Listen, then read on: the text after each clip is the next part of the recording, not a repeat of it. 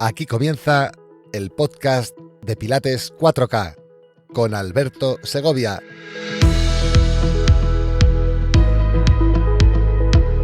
Capítulo 6. ¿Por qué mi neutro no es tu neutro? Hola, soy Alberto Segovia de Pilates 4K, la plataforma de Pilates en habla hispana, y quiero dar la bienvenida a todos los pilatistas, pilateros y pilateras del planeta a este vuestro podcast. El único sitio en el que, además de entretenerte y descubrir cosas nuevas, aprendes aunque no quieras. Cada capítulo está diseñado para ser una píldora de aprendizaje de unos 9 minutos de duración, en el que abordaremos un tema muy concreto sobre este maravilloso método de entrenamiento y filosofía para la vida, que es el método Pilates. También tendremos capítulos especiales de 1 hora de duración más o menos, en los que entrevistaré a los mejores entrenadores y entrenadoras del método Pilates internacional en habla hispana, debatiendo los temas de actualidad, comentando sus experiencias personales y confrontándoles ante el testamento según Joe Pilates, nuestro cuestionario más intimista. No te lo puedes perder. El capítulo de hoy es una continuación del capítulo 1, cómo identificar una pelvis neutra. Y en este ratito juntos vamos a entender por qué mi neutro no es tu neutro. Hablaremos de cómo pensaba Joseph Pilates que había que colocar la zona lumbopélvica en la vida diaria, de cómo nos dice a día de hoy la fisioterapia que es la colocación óptima de dicha zona, y describiremos los 4 tipos de pelvis existentes en la fisionomía de la especie humana.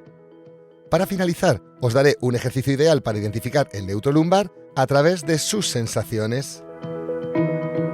Por tanto, empecemos definiendo esa posición neutra o neutral. Según Joe Pilates dejó escrito en su libro Return to Life Through Contrology, su firme creencia era que la columna vertebral debía ser una columna y que las curvas raquídeas lumbar, torácica y cervical eran la consecuencia de un estilo de vida inapropiado que provocaba dichos vicios posturales. Sí, has oído bien.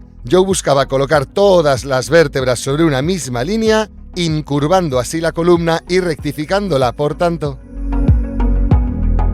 Esto, dicho a la luz de los conocimientos actuales sobre biomecánica aplicada al movimiento, hace que inevitablemente el viejo Joe y su discurso nos parezcan algo así, como una especie de charlatán vendehumo del siglo pasado y su crecepelo milagroso.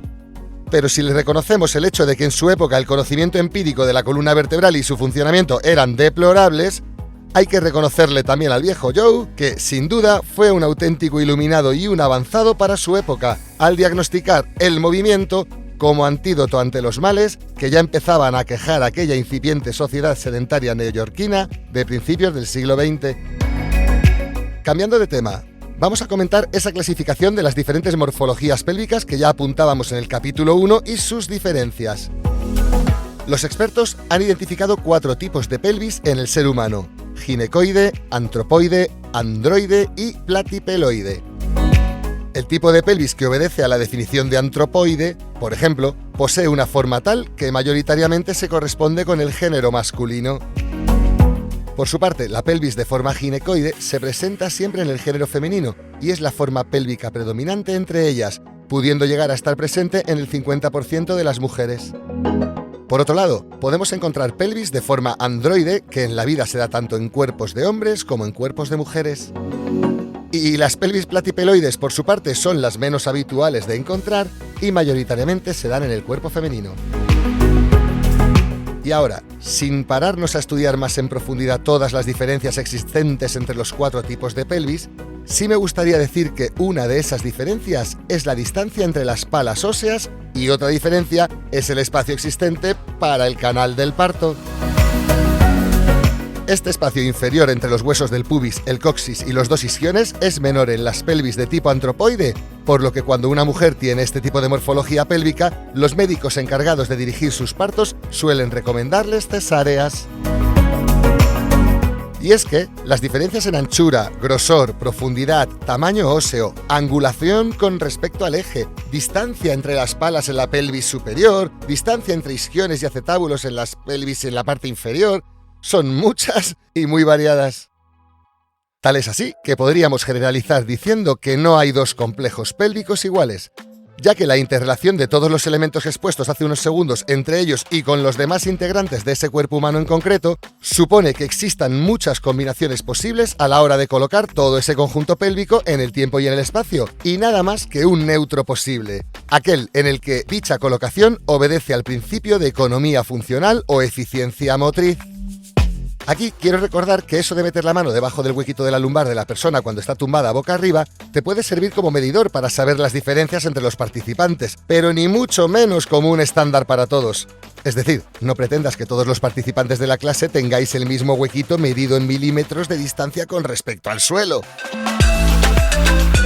Es que es como si quisieras comparar mi huequito lumbar con el de Beyoncé o con el de la Kardashian. En el nivel de las sensaciones, habría que decir que tu posición neutra de columna es aquella que respeta la lordosis fisiológica que fuiste desarrollando en tus primeros 11 años de vida. Y que aquí las sensaciones han de ser de transmitir las fuerzas desde el abdomen y no desde la columna. De esta manera conseguirías el beneficio de asegurar la estructura ósea y evitar lesiones o degeneraciones discales innecesarias. Resumiendo, cada pelvis es única y diferente a la del vecino en anchura, grosor, altura, profundidad, angulaciones, formas óseas y formas de los canales superiores e inferiores para el parto femenino. Por tanto, cada persona ha de aprender a identificar su neutro, también llamado su posición neutral en la zona lumbopélvica, a través de las sensaciones de contracción abdominal y de relajación y expansión lumbar, manteniendo los neutros articulares vertebrales y la curva natural cifótica de las mismas. Eso sí, para detectar en una clase dicho neutro, podemos observar los puntos de referencia que dábamos en el capítulo 1, cómo identificar un neutro pélvico. Y para identificarlo en la práctica propia con el propio cuerpo, yo recomendaría sin duda practicar el ejercicio de mat nivel básico, Pelvic Tilt. Para realizar el Pelvic Tilt, tendrías que estar con el cuerpo tumbado boca arriba, la columna larga, los brazos estirados por completo a los largos del cuerpo y pegados a él, las piernas flexionadas apoyando los pies en el suelo y paralelas entre sí, la lumbar neutra y las escápulas conectadas. A partir de ahí, el movimiento a realizar consiste en rodar la pelvis hacia ti todo lo que puedas sin llegar a despegar el culete del suelo, apoyando, eso sí, las vértebras lumbares en el piso y alineándolas, por tanto, en esa posición que Joe bautizó como imprint. Todo esto mientras ejecutas una correcta exhalación pilates con su correspondiente activación del centro abdominal. Y esa sería la primera fase. Exhalando realizas esa retroversión de la pelvis hasta llegar al imprint. Y una vez alineada la lumbar en el suelo, inhalas manteniendo la posición corporal y la activación central para inmediatamente después comenzar con la exhalación, mientras que la centralización mantenida previamente te ayudará en este momento a devolver la pelvis a su estado neutral, es decir, a la posición en la que comenzaste. Nota mental. Si al realizar este movimiento unas 15-20 veces en calma mental y una buena activación corporal, notas que se te empiezan a fatigar músculos de la espalda, los hombros, el cuello, las piernas o los glúteos,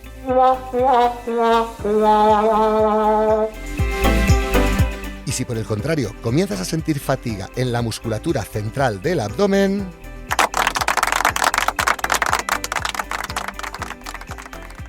para terminar, queremos comunicarte que en unos pocos meses inauguramos por todo lo alto nuestro canal de Pilates 4K en la plataforma para gamers y no tan gamers, Twitch.